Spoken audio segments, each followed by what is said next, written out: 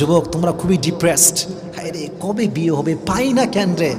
আরে বেটা ধৈর্যশীল হতে হবে, এমন একটা ভাগ্যে তোমার জুটবে যে তোমার ভাগ্যে তোমার বন্ধুরা আশেপাশেও নাই, ঠিক কিনা যুবকেরা বল।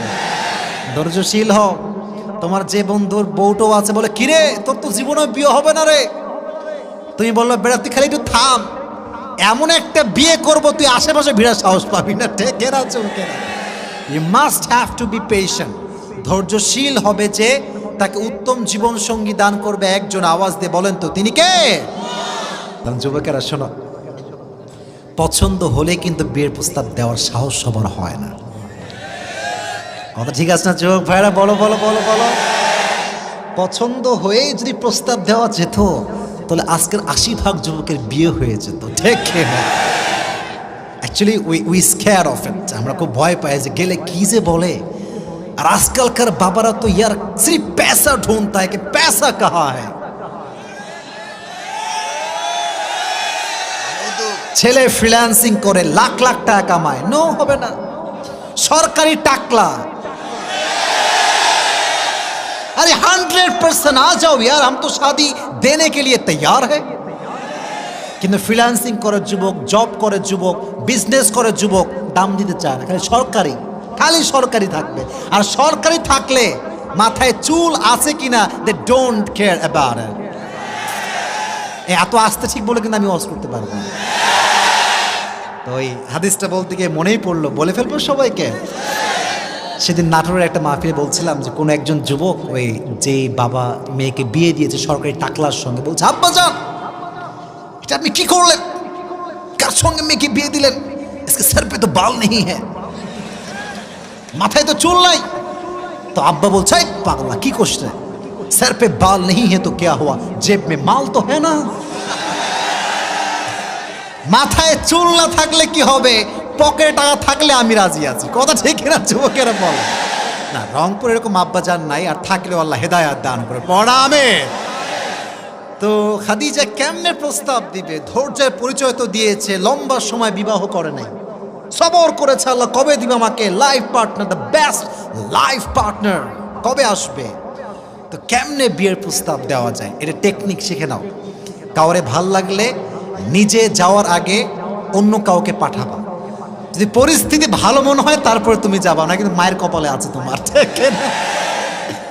তো খাদিজা রাদিয়াল্লাহু তাআলা আনহা নিজে প্রস্তাব দেন নাই, তার একজন বাদী ছিলেন, তার নাম ছিল নাফিসা। মুখস্থ হাদিস বলতে হবে কিন্তু, নাম ছিল কে? নাফিসাকে বলছে, নাফিসা শোনো, এই ব্যক্তিকে আমার বড্ড পছন্দ, আমি তাকে স্বামী হিসেবে গ্রহণ করতে চাই, বাট প্রস্তাব দেওয়ার সাহস নাই, please help me, I need your help, একটু সাহায্য করো আমাকে। বলছে তাই নাকি, আমি তো আপনার বান্দি, কোনো সমস্যা না, আমি যা বলবেন তাই রাজি আছি। চলে গিয়েছে। ট্রিক দেখেন, কথাগুলোর ধাঁচ বুঝবেন, খালি ঠিক বেঠিক বললেই হবে না। নবীজি বসে আছেন, নবীজির বয়স হচ্ছে 25 ইয়ার্স ওল্ড, 25 বছর। কত বছর? দাঁড়ায় থাকা ভাইরা কথা কয় না, বলেন না কত বছর? 25 বছর। নাফিসা আসছে, নাফিসা কিন্তু বয়স্ক মানুষ, এসে বলছে আসসালামু আলাইকুম। নবীজি বলছে ওয়ালাইকুম আসসালাম, কাইফা হাল, কি খবর? আলহামদুলিল্লাহ ভালো আছি। কি খবর, আসছেন কেন? বলছে আচ্ছা একটা প্রশ্ন করতে চাই, যদি মাইন্ড না করেন। নবীজি বলছে বলেন, আমি মাইন্ড করবো না, বলেন। আচ্ছা আপনার বয়স কত? বলছে বয়স তো ভালোই হয়েছে, 24 না 25 হয়ে গেছে। আচ্ছা 25 বছরের বয়স, বিয়ে করেন না কেন? বলছে কি বিয়ে করবো, টাকা পয়সার বড্ড অভাব। টাকা পয়সা কি বিয়ে করা যায়? আমার কোনো জব নাই, চাকরি নাই, তাই বিয়ে করতে পারছি না। But actually I am looking for religious girl, আমি দেখছি কোথায় ভালো মেয়ে পাওয়া যায়। তো নাফিসা বলছে তার মানে আপনার কাছে ল্যাকিং অফ মানি, রাইট? বলছে হ্যাঁ, lacking of money, lacking of job, business, আমি খুবই অভাবী একজন যুবক।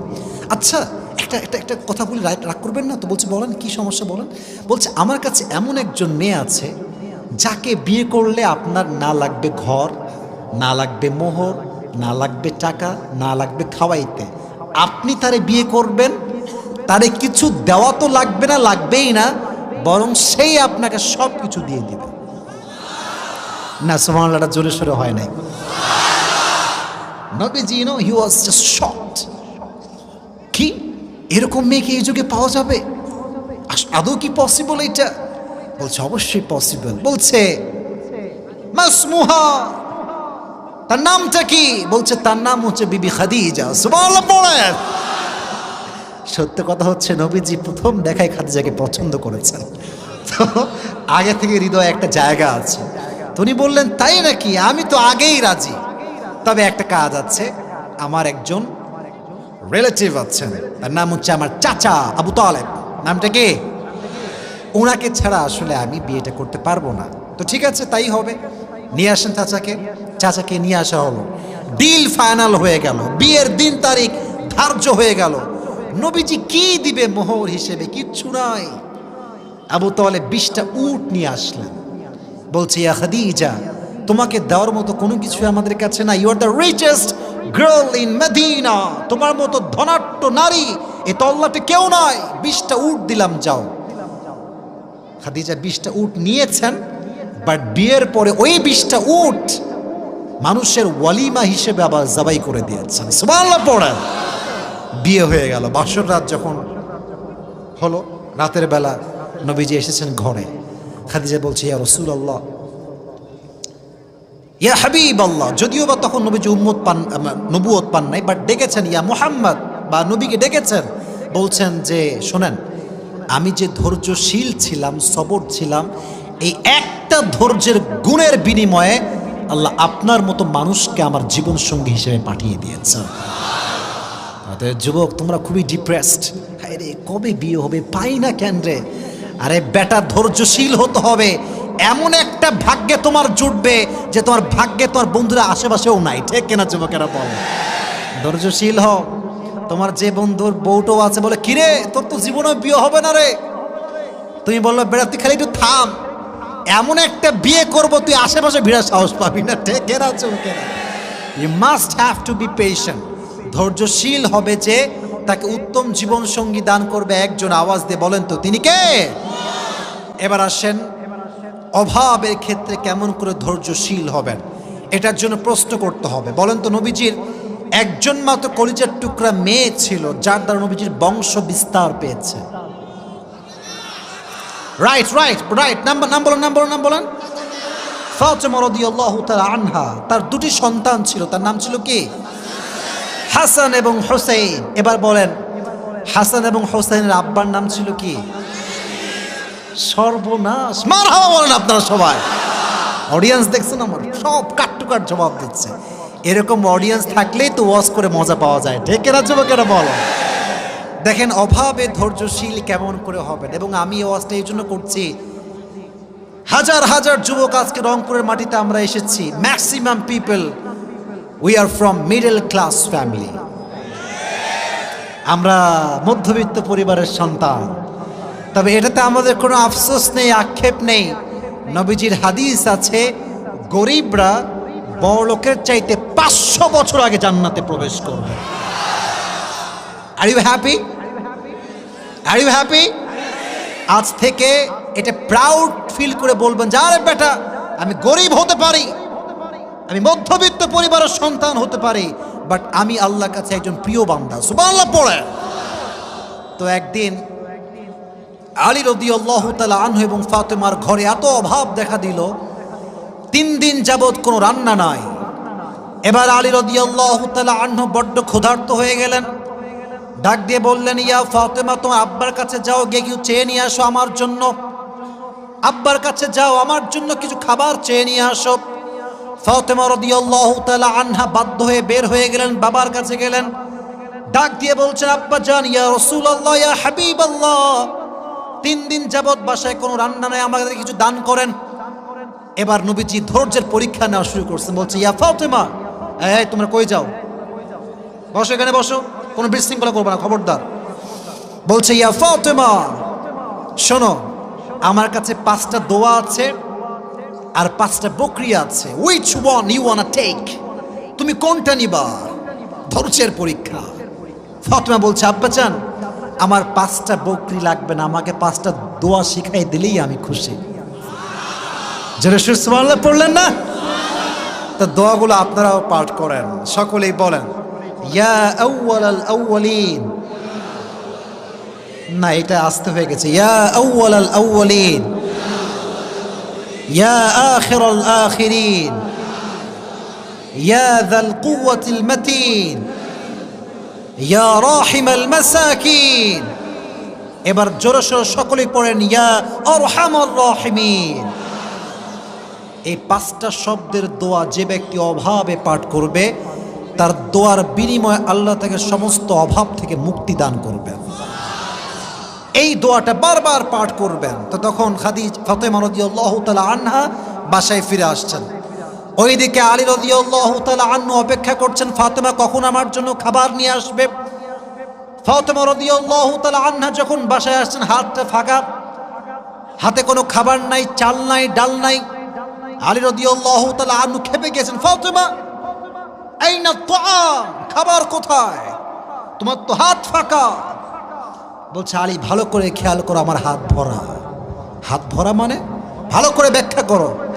বলছে আলী যাহাবতু লিদ-দুনিয়া ওয়া জিতু বিল আখিরা, আমি তো আমার আব্বাজানের কাছে দুনিয়া চাওয়ার জন্য গিয়েছিলাম, আমার আব্বা পুরো হাত ভরে আমাকে আখিরাত দিয়ে ফেরত পাঠিয়ে দিয়েছে। গিয়েছিলাম দুনিয়া চাওয়ার জন্য, আমার আব্বাজান আমাকে আখিরাত দিয়ে পাঠিয়ে দিয়েছেন। এবার আলী রাদিয়াল্লাহু তাআলা আনহু নিজেই গেছেন নবীজির কাছে, ইয়া রাসূলুল্লাহ অনেক অভাব, কিছু দেন আমাদের সবাইকে। এবার নবীজি জামাইকে পরীক্ষা শুরু করছেন, জামাইকে ধৈর্যের পরীক্ষা। বলছে জামাই 5000 বকরি আছে আর 5টা দোয়া আছে, কোনটা নিবা? তো জামাই তো বুঝে গেছে আমার আব্বাজান, শ্বশুর আব্বাজান সবরের পরীক্ষা নিচ্ছেন। উনি বলছেন আব্বাজান 5000 বকরি লাগবে না, 5টা দোয়া শিখাই দিলে আমি খুশি হয়ে যাব। ধৈর্যের সঙ্গে ফিরে আসছেন। নবীজি সুসংবাদ দিয়েছেন, আমার জামাই আলী আমার সঙ্গে জান্নাতে একসঙ্গে আমার সঙ্গে দাঁড়িয়ে যাবে, আমার সঙ্গে থাকবে, আমার সঙ্গে থাকবে। তাহলে বোঝা গেল অভাব আসলে ধৈর্যশীল হওয়ার দরকারটা যুবক ভাইরা আছে না নাই? আছে না নাই? আর যদি অভাব আসে 5টা বাক্য বেশি বেশি পড়বেন, ইয়া আউয়ালাল আউয়ালিন, ইয়া আখিরাল আখিরিন, ইয়া যাল কুওয়াতিল মাতিন, ইয়া রাহিমাল মাসাকিন, ইয়া আরহামার রাহিমিন। এই 5টা বাক্য বেশি বেশি পাঠ করলে আপনার অভাব দূর করে দিবে একজন, তিনি কে? তাহলে অভাব আসলে আমরা অভিযোগ করবো না যে আল্লাহ তুমি গরিব কেন বানালা। গরিব হয়ে আমি খুশি হলাম এই জন্য যে কিয়ামতের দিন আমার হিসাব সহজ হয়ে যাবে। ঠিক কিনা যুবকেরা বলো? এবার আসেন, মাঝে মাঝে আমাদের জীবনে এমন হয় না যে মানুষ আমাদেরকে মিথ্যা অপবাদ দেয়?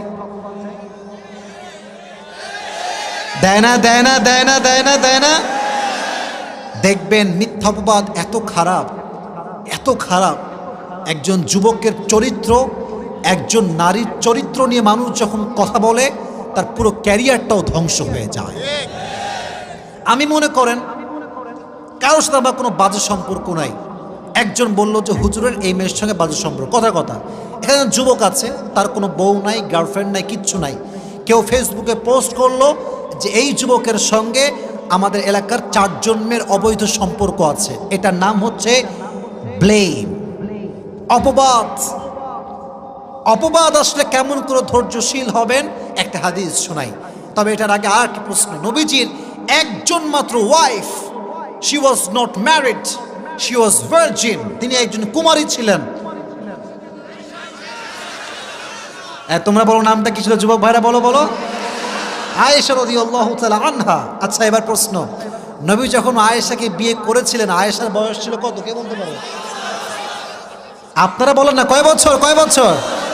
মাথায় রাখবেন, যখন বিয়ে হয় তখন বয়স ছিল 6, আর যখন শ্বশুর বাড়িতে তুলে নিয়ে আসে তখন বয়স ছিল 9। সুবহানাল্লাহ পড়লেন না আপনারা? অনেক নাস্তিক বলে যে আমার নবী নাকি নারী লোভী ছিল, এই জন্য নাকি নবীজি নারীকে 6 বছর বয়সে বিয়ে করেছেন। নাউজুবিল্লাহ পড়লেন না? আরে যে আমার নবীকে গালি দেয়, এটা পিতৃ পরিচয়হীন জারদ সন্তানেরা, জন্মের ঠিক নয়। আর আমি আসিফের স্পষ্ট বক্তব্য রংপুরের মাটিতে আমি দিয়ে যাচ্ছি, খুব ভালো করে শুনবেন। আমাকে গালি দাও আমি সহ্য করব, বাপকে দাও সহ্য করব, পরিবারকে দাও সহ্য করব, মাকে দাও সহ্য করে ফেলবো কোনো মতে। বাট আমার নবীকে নিয়ে একটা টু শব্দ বলবা, আমার দেহে 1 ফোঁটা রক্ত যতক্ষণ পর্যন্ত আছে এটা আমি চুল পরিমাণ বরদাস্ত করতে পারবো না। এটার নাম হচ্ছে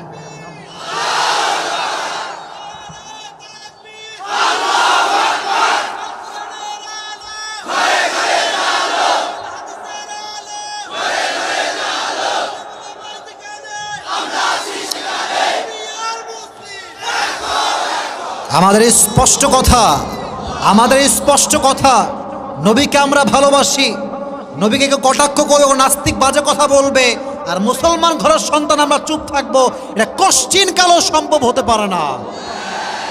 প্রয়োজনে আমরা জীবন দেব, রক্ত দেব, নবীর ইজ্জতকে আমরা রক্ষা করে ছাড়বো, ঠিক কিনা? তো আম্মা জান আয়েশা রাদিয়াল্লাহু তাআলা আনহাকে বিয়ের পর নবীজি একদিন সফরে গেলেন ঘোরার জন্য। মাঝে মাঝে বউ কিনে আমরা কক্সবাজারে ঘুরতে যাই না? এখন তো সুবিধা হয়ে গেছে, এখন তো ট্রেন চালু হয়ে গেছে যুবকেরা, এখন প্লেন আছে, রাজশাহী থেকেও প্লেন আছে, আবার ঢাকার থেকে কক্সবাজার সোজা ট্রেনে আপনি যাবেন, একদম পুরো কক্সবাজার আপনাকে নিয়ে চলে যাবে। তো মাঝে মাঝে বউ কিনে ঘুরবেন। এই স্বামীরা আজকাল এমন খ্যাত, কিচ্ছু বোঝে না। আর এমন অনেক স্বামী আছে সারা জীবনে বউকে একবার আই লাভ ইউ বলে নাই। এরকম স্বামী আছে না নাই? আছে না নাই? তো নবীজি আয়েশাকে নিয়ে মাঝে মাঝে ঘুরতেন। তবে এটা একটা সিস্টেম ছিল, লটারি সিস্টেম। রংপুরের ভাইয়েরা, কি সিস্টেম? লটারি। একটা এরকম বাটি থাকতো, সব বিবির নাম রাখা হতো, 1 2 3 4 করে নাম রাখা হতো। তো যার নামটা উঠতো নবীজি তাকে নিয়ে ঘুরতে যেতেন। তো সেই মাসে যার নাম আসছে তিনি হচ্ছেন আয়েশা। সুবহানাল্লাহ পড়লেন আপনারা সবাই? সবরের মেসেজটা কোথায় আমি দিচ্ছি এখন?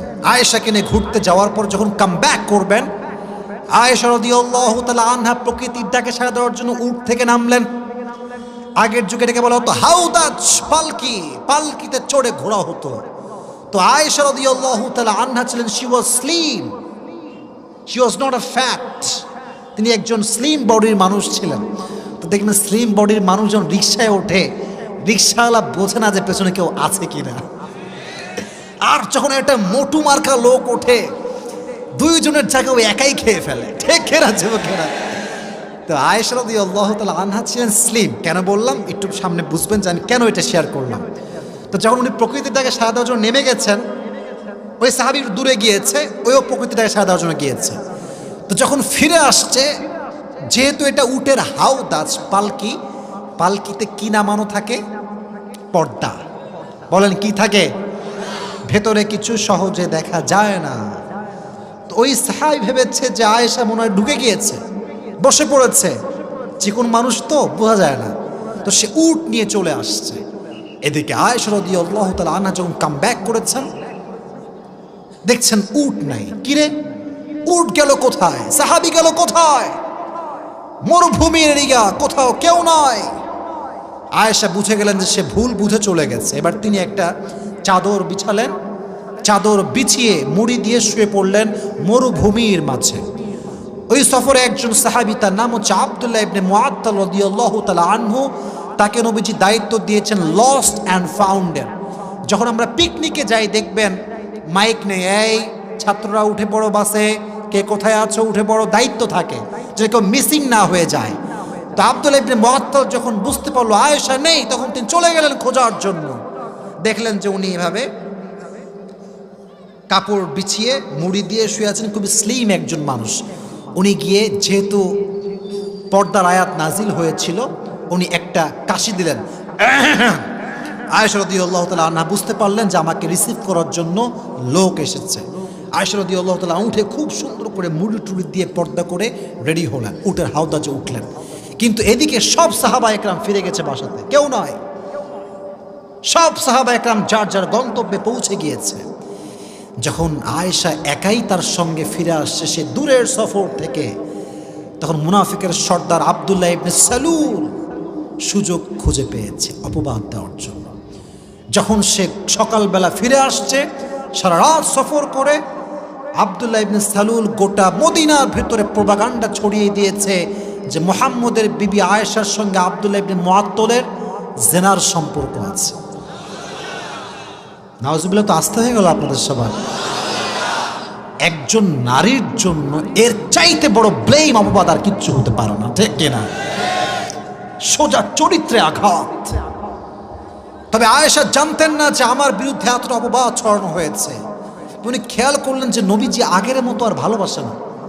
আগে যেমন ভালোবাসতো, আই লাভ ইউ বলতো, ঘুরতে নিয়ে যেত, এখন আর ভালোবাসে না। কিন্তু জানেন না যে কি কারণ আসলে এর পেছনে আছে। এবার আয়েশা রাদিয়াল্লাহু তাআলা আনহা যখন বাবার বাসায় গেলেন, বাবা এ বাসা যাওয়ার পরে একজন মহিলা এসে বলছে, আয়েশা তুমি কি জানো তোমার বিষয়ে কি লটানো হচ্ছে? কি বলেন তো দেখি। বলছে তোমার বিষয় লটানো হচ্ছে, তুমি নাকি ওই সাহাবীর সঙ্গে জেনা করে ফিরে আসছো। নাউজুবিল্লাহ বললেন না? এটা শুনে আয়েশা মাথায় আকাশ ভেঙে পড়ছে। আরে আমার বিরুদ্ধে এত বড় অপবাদ আমি কেমনে সহ্য করব? আব্বা জান আপনি একটু বোঝান না, আমি তো এই কাজটা করি নাই। আবু বকর বলছে আমার কিচ্ছু করার নেই আম্মা জান, তুমি একটু দোয়া করো আল্লাহর কাছে। এবার নবীজি আসছে। দেখেন ভাই, সত্য কথা হচ্ছে এই, বিপদ আসলে বোঝা যায় কে ভালোবাসে আর কে ভালোবাসে না। আমি সব সময় বলি খারাপ সময়কে আমি অলওয়েজ থ্যাঙ্কস দেই, কারণ খারাপ সময় না আসলে আমি আমার আশেপাশের বেঈমানগুলোকে চিনতে পারতাম না। मैं हमेशा अपने बुरे वक्त का शुक्रिया अदा करता हूँ इसलिए कि उसने मुझे पैगाम दे दिया कि कौन मेरा अपना है और कौन मेरा पराया है। ঠিক না? বিপদ আসলে বোঝা যায় যে কে ভালোবাসে কে ভালোবাসে না। যখন তোমার টাকা পয়সা আছে সবাই বলবে I love you, I really love you from my heart. আর যখন তুমি শূন্য হতচ্ছাড়া হয়ে যাবা, এই ভালোবাসার মানুষগুলোকে তুমি হারিকেন দেওয়ার খুঁজে পাবা না। ঠিক কিনা বল? তো নবীজি এসে বলছে, আয়েশা শোনো, তুমি কি সত্যি এই কাজ করেছো? যদি করে থাকো তুমি তওবা করে নিও। এই কথা শুনে আয়েশা এত কষ্ট পাইছে। এদিকে তাকান, আয়েশা দাঁড়িয়েছিলেন, নবীর এই কথা শুনে এমনি বসে গেছে। নবী হে, ইউ ডোন্ট বিলিভ মি? আপনি আমাকে বিশ্বাস করেন না? আমি তো এই কাজ করি না, আমি তো আশেপাশেও নাই। নবীজি বলছে আচ্ছা আচ্ছা কোনো সমস্যা, তুমি তওবা করে নিও, তওবা করে নিও। তো আয়েশা বলছে নবী অপেক্ষা করেন, যার কেউ নাই তার আছে কে? যার কেউ নাই তার আছে কে? অপেক্ষা করেন, আমি ধৈর্যশীল হলাম। আয়েশা অপবাদ পেয়ে ধৈর্যশীল হলেন। আয়েশার চরিত্রকে নিষ্কলুষ প্রমাণ করবার জন্য, আয়েশা যে চরিত্রবান নারী, চরিত্রহীন নারী নয়, পবিত্র নারী, এটার ঘোষণা করবার জন্য আল্লাহ কোরআনে আয়াত নাজিল করে দিলেন। ধৈর্যশীল হও, তুমি ধৈর্য ধারণ করো। যে তোমাকে ব্লেম দিচ্ছে, অপবাদ দিচ্ছে, আল্লাহ তাকে এমন শিক্ষা দিবে আগামীকাল সে তোমার পা ধরে ক্ষমা চাইতে বাধ্য হয়ে যাবে। ঠিক কিনা? Wait for the right time. কে অপবাদ দিলে you don't need to explain yourself who you are and where you came from, just wait for the right time. সময় মানুষকে বলবে যে তার পরিচয় আসলে কি। ঠিক কিনা যুবকেরা বলো? অপবাদ আসলে আমরা ধৈর্যশীল হব, আয়েশা রাদিয়াল্লাহু তাআলা আনহার মতো। এখন কথা হচ্ছে ভাই, সবরের হাদিসের কোনো শেষ নাই, অনেক হাদিস আছে। আমাকে বলা হচ্ছে 12:30টার মধ্যে শেষ করতে হবে। আচ্ছা আমি যদি আরও 5টা মিনিট ওয়াচ করি আপনারা কি বিরক্ত হয়ে যাবেন নাকি? তবে এতটুকু শুকরিয়া জানাই যে আপনাদের মতো অডিয়েন্স পাওয়া হচ্ছে একজন সৌভাগ্যবান ব্যক্তির বিষয়। এরকম অডিয়েন্স পাওয়া খুবই মুশকিল। আর আপনাদের যে সাউন্ড, এটা বারবার প্রমাণ করে রংপুরের সন্তানরা সব বীর পুরুষের সন্তান আমার সামনে বসে আছে। রংপুর মানে হচ্ছে একটা ইতিহাস। আমি এর আগে একবার রংপুরে আসলাম, বুড়িরহাট না কোথায়, আমি দেখেছি যুবকদের যে ভালোবাসা এ টাকা দিয়ে কিনে পাওয়া যায় না। ঠিক কিনা বলো যুবক? তো এই ভালোবাসা আপনারা আজকে আবারও প্রমাণ দিয়েছেন। তবে প্রমাণ হবে তখন, আমি একটা শেষ হাদিস বলবো, এটা বলে আমি আবার রিপিট করব, যে বলতে পারবে তাকে পুরস্কার দিয়ে দোয়া করে আমরা বাসায় যাব। রাজি আছেন তো ইনশাআল্লাহ? ওই একজন কয়ে যাবে, যে একজন মাত্র রুমালওয়ালা, have a seat, sit down, বসে পড়ো। यार कहाँ जा रहा है यार ये, बैठ जाओ, কই যায়, বসো। হ্যাঁ এই তো বসছে। আচ্ছা মাশাআল্লাহ। শোনেন, দুই একজন লোকের ওয়াশরুমের চাপ লাগতেই পারে, it's not a big deal. But একটা মাথায় রাখতে হবে, আজকের বেশিরভাগ শ্রোতা আমাকে দেখার জন্য আসে নাই, কোরআনের তাফসীর শুনবার জন্য তারা এসেছে। যারা শুধুমাত্র বক্তার চেহারা দেখার জন্য আসে তারা 12:30 পর্যন্ত থাকে না। তো আজকের এই জনগণ, কোরআন প্রেমিক জনগণ আমার সামনে বসে আছে। ঠিক কিনা যুবকেরা? তাহলে অপবাদ দিলে কি আমরা ভেঙে পড়বো না ধৈর্যশীল হব? তোমাকে তোমার বন্ধু বলবে কিরে কয়টা গার্লফ্রেন্ড তোর, বলবি ভাই না, এগুলো আছে, তোর আছে আমি জানি। তোমার ব্যাখ্যা দেওয়ার কোনো প্রয়োজনে, তোর যা মন চায় তুই ভাব। আমার আল্লাহ জানে যে আমি কেমন, ঠিক কিনা যুবক? কেন? এবার আসেন আরেকটা হাদিস, এবং এটা হচ্ছে আমার শেষ হাদিস। এটা শুনিয়ে আমি আমার আজকের ওয়াজের ইতি টানবো। তবে আমি চাচ্ছি শেষ হাদিসটা এতক্ষণ যেমন মনোযোগ ছিল, শেষ হাদিসে মনোযোগ থাকবে তো ইনশাআল্লাহ। এবার আসেন একটা শেষ হাদিস বলছি। বলেন তো কোরআনে একজন নবীর নাম আছে যেই নবীকে মাছ তার পেটে নিয়েছিল? কোরআনে এই নাম আছে না নাই? মাশাআল্লাহ। ইউনুস আলাইহিস সালাম যখন মাছের পেটের ভেতরে, ওখানে কোনো মন্ত্রী টেলিফোন চলবে? হ্যাঁ, এটা আমার লোক রে, ছেড়ে দে, চলবে এটা কি? সমুদ্রের নিচে কোনো কানেকশন আছে নাকি? গ্রামীণ ফোনের বাংলালিংকের কানেকশন আছে, রবির কানেকশন আছে নাকি? ওখানে কানেকশন আছে এক সত্তার। তিনি কে? আল্লাহর কানেকশন আছে।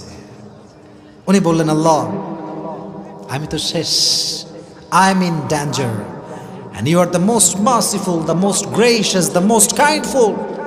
আল্লাহ আমি পড়ছি বিপদে, তুমি তো দয়াময়, দেখো না। উনি দোয়া ইউনুস পাঠ করলেন। সবাই পড়েন লা ইলাহা, পড়েন না সবাই দোয়া ইউনুস, সবাই পড়েন লা ইলাহা ইল্লা আনতা সুবহানাকা ইন্নী কুনতু মিনাল যালিমিন। আল্লাহ রে বাঁচাও, আল্লাহ বাঁচাও, আমি শেষ, মাছের পেটে আমারে কেউ উদ্ধার করতে পারবে না। আল্লাহ বলছে কেউ না পারলে আমি তো পারবো।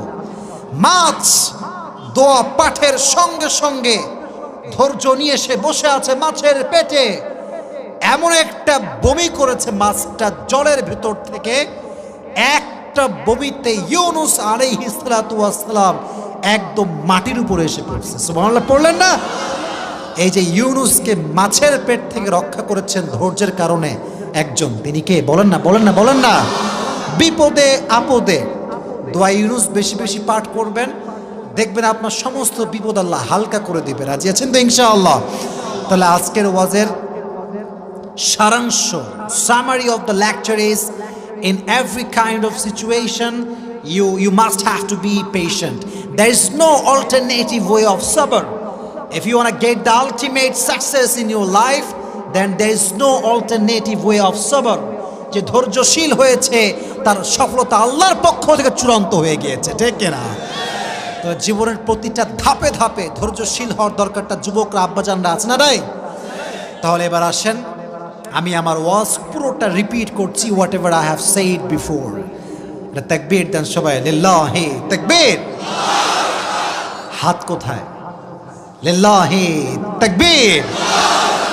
আল কোরআনের আলো, আল হাদিসের আলো, মাশাআল্লাহ। এবার আমাকে শুধু জবাব দিবেন আমি যা প্রশ্ন করি, তারপরে একজন যুবককে আমি দাঁড় করাবো যে আমাকে পুরস্কার নেওয়ার জন্য সহযোগিতা করবে, তাকে পুরস্কার দেওয়ার জন্য। রাজি আছেন ইনশাআল্লাহ? আজকে আমাদের আলোচনার সেন্ট্রাল থিম বা সাবজেক্ট ম্যাটার ছিল সবর। বলেন, নাম ছিল কি? This is Arabic word. Bangla হচ্ছে ধৈর্য, ইংলিশ হচ্ছে পেশেন্স। ধৈর্যশীল হতে হবে। মাথা রাখবেন, পেশেন্ট মানে ধৈর্যশীল, আবার পেশেন্ট মানে কিন্তু রোগীও হয়। কথা ঠিক আছে না? বলবেন যে হুজুর দুইটা শব্দের অর্থ একই হচ্ছে, পেশেন্ট মানেও রোগী, পেশেন্ট মানে আবার ধৈর্যশীল। এখানে বুঝতে হবে রোগী মানেই হচ্ছে ধৈর্য ছাড়া আর কোনো গতি নাই। ঠিক আছে না যুবক ভাইরা? বলো বলো। আপনার সবাই শায়েখ আহমদুল্লাহ হুজুরের নাম শুনছেন না? সেদিন তিনি বললেন যে আমি মেডিকেলে ছিলাম, আমার একটা অপারেশন হবে, তো আমি খুব টেনশন যে মনে হয় আমি আর বাঁচবই না, সব ডাক্তার আমাকে ঘিরে আছে। তো একজন নার্স আসছে, বলছে যে হুজুরের কি হয়েছে? তো আরেকজন নার্স বলছে হুজুরের এই রোগটা হয়েছে। তো বলছে কি এই রোগ? এটা কোনো রোগ হইল? এত ভয় পাচ্ছে কেন এই লোকটা? তো শায়েখ আহমদ হুজুর এটা শুনে এত লজ্জা পাইছে যে আমি এত ভয় পাচ্ছি, আর এ কয় কোনো রোগই না। বলছে আমাকে চিকিৎসা করে যেই পরিমাণ তারা সুস্থ করতে পারে নাই, ওই একটা কথায় আমি তার চেয়ে বেশি সুস্থ হয়ে গেছি। তার মানে কি জানেন? রোগী যে হবে তার ডিপ্রেসড হওয়া যাবে না। হতাশ হওয়া যাবে না।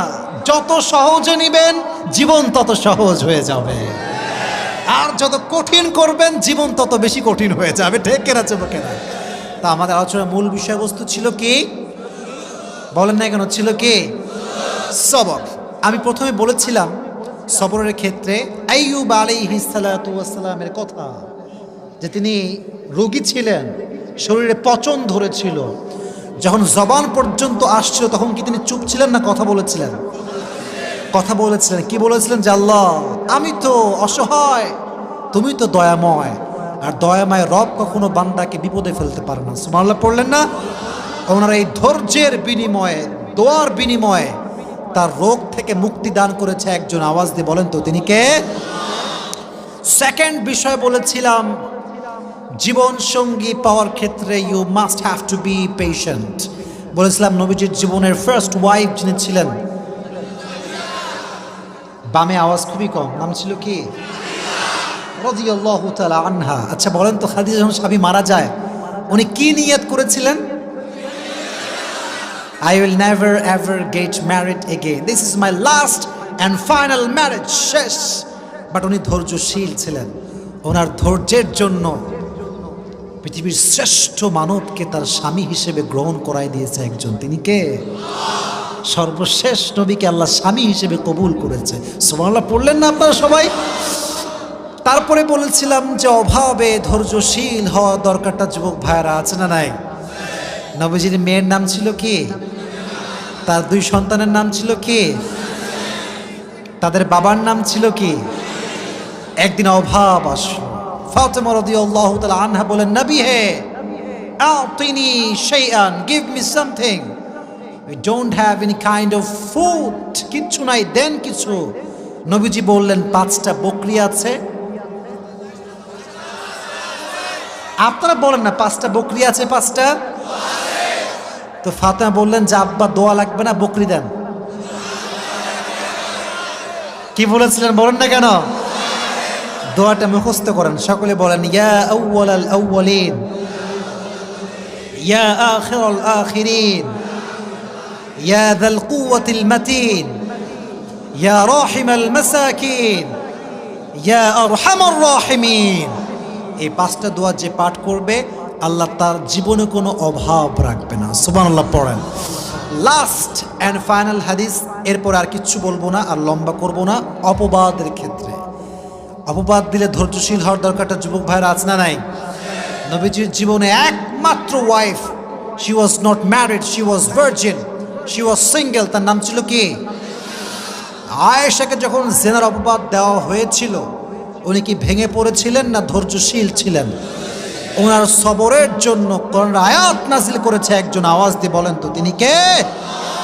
এ কয়টা বললেই হবে ইনশাআল্লাহ। তাহলে এবার ওই হলুদ গেঞ্জি কই যায় রে? ওই বাচ্চা, ওই বাচ্চা।